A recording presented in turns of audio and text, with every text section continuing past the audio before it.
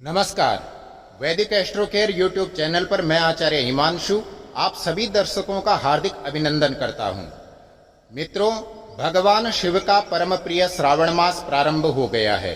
आप सभी सनातनी शिव भक्त भगवान शिव की कृपा प्राप्ति की कामना से अनेक विधियों द्वारा रुद्राभिषेक, व्रत, पूजन, अनुष्ठान के साथ साथ कांवड़ यात्रा आदि कर ही रहे हैं। प्रथम श्रावण के महत्व पर थोड़ा चर्चा कर फिर मूल विषय में प्रवेश करेंगे। हमारे सनातन परंपरा में प्रत्येक शब्द का अर्थ बड़ा ही व्यापक होता है। हिंदी में महीनों के नाम आप सबको ज्ञात हैं, चैत्र, वैशाख, ज्येष्ठ, आषाढ़, श्रावण आदि।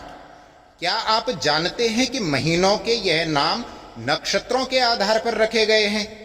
वैदिक ज्योतिष शास्त्र में सूक्ष्म विश्लेषण हेतु नक्षत्र गणना की जाती है। नक्षत्र का पूर्णिमा तिथि से संयोग ही मास का निर्माण करता है।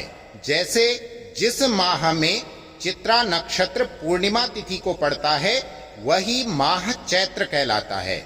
जिस माह में विशाखा नक्षत्र पूर्णिमा तिथि को पड़ता है वही माह वैशाख कहलाता है। जिस माह में ज्येष्ठा नक्षत्र पूर्णिमा तिथि को पड़ता है वही माह ज्येष्ठ कहलाता है।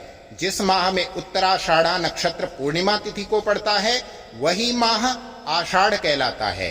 ठीक इसी प्रकार जिस माह में श्रवण नक्षत्र पूर्णिमा तिथि को पड़ता है वही माह श्रावण कहलाता है।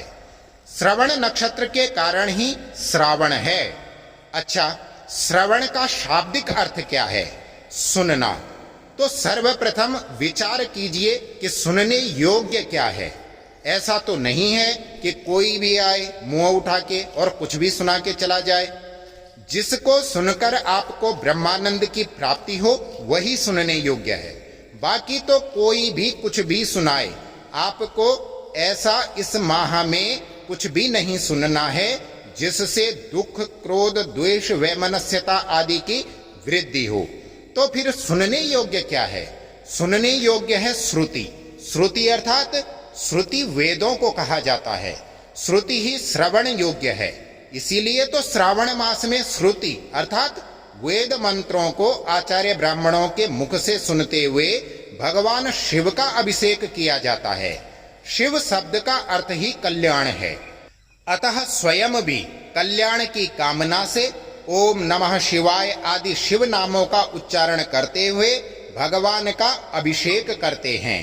भगवान शिव एवं देवी पार्वती जी को जगत के माता पिता कहा जाता है।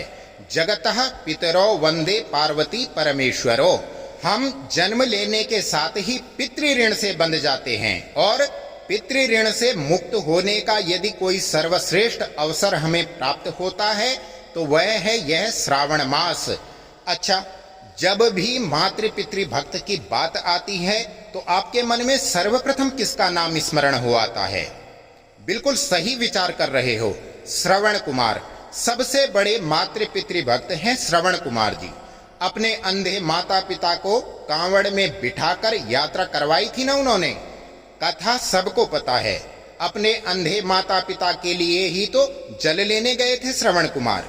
आज भी लाखों की संख्या में श्रवण कुमार हरिद्वार गोमुख कांवड़ लेकर जगत के माता पिता भगवान शिव एवं गौरा के लिए जल लेने ही तो गए हैं।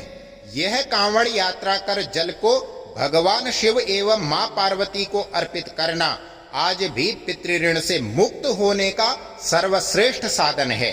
किंतु बहुत बार माता पिता के लिए जल लेने गए श्रवण कुमार को दशरथ जी द्वारा शब्द भेदी बाण से मार दिया जाता है। ध्यान से समझें, दशरथ कौन है? हमारी 5 ज्ञानेंद्रियां और 5 कर्मेंद्रियां ही दशरथ हैं। कभी कभी हमारी ज्ञानेंद्रियां बुद्धि के कुतर्क बाण से आहत हो जाती हैं तो कभी हमारी कर्मेंद्रियां इच्छा शक्ति के बाण से असमर्थता को प्राप्त होती हैं। राजा दशरथ श्रवण को मारने हेतु शब्द भेदी बाण का ही प्रयोग करते हैं। शब्द का लक्ष्य ही श्रवण को भेदना होता है। शब्द ही सुना जाता है। बस ध्यान रहे कि सुनने योग्य क्या है, श्रवण क्या किया जाए। श्रावण में वेद अर्थात श्रुति, श्रुति से ही श्रावण, श्रावण से ही श्रवण, श्रवण ही मातृ पितृ भक्त, श्रवण अर्थात सुनना, माता पिता की जो सुने वो श्रवण, पिता के वचन ही श्रुति, श्रुति अर्थात वेद, यह है श्रावण की महिमा। एक बार फिर से आप सभी दर्शकों को श्रावण मास की मंगलमयी शुभकामनाएं। आपका मनोरथ पूर्ण हो, इसी कामना के साथ नमस्कार।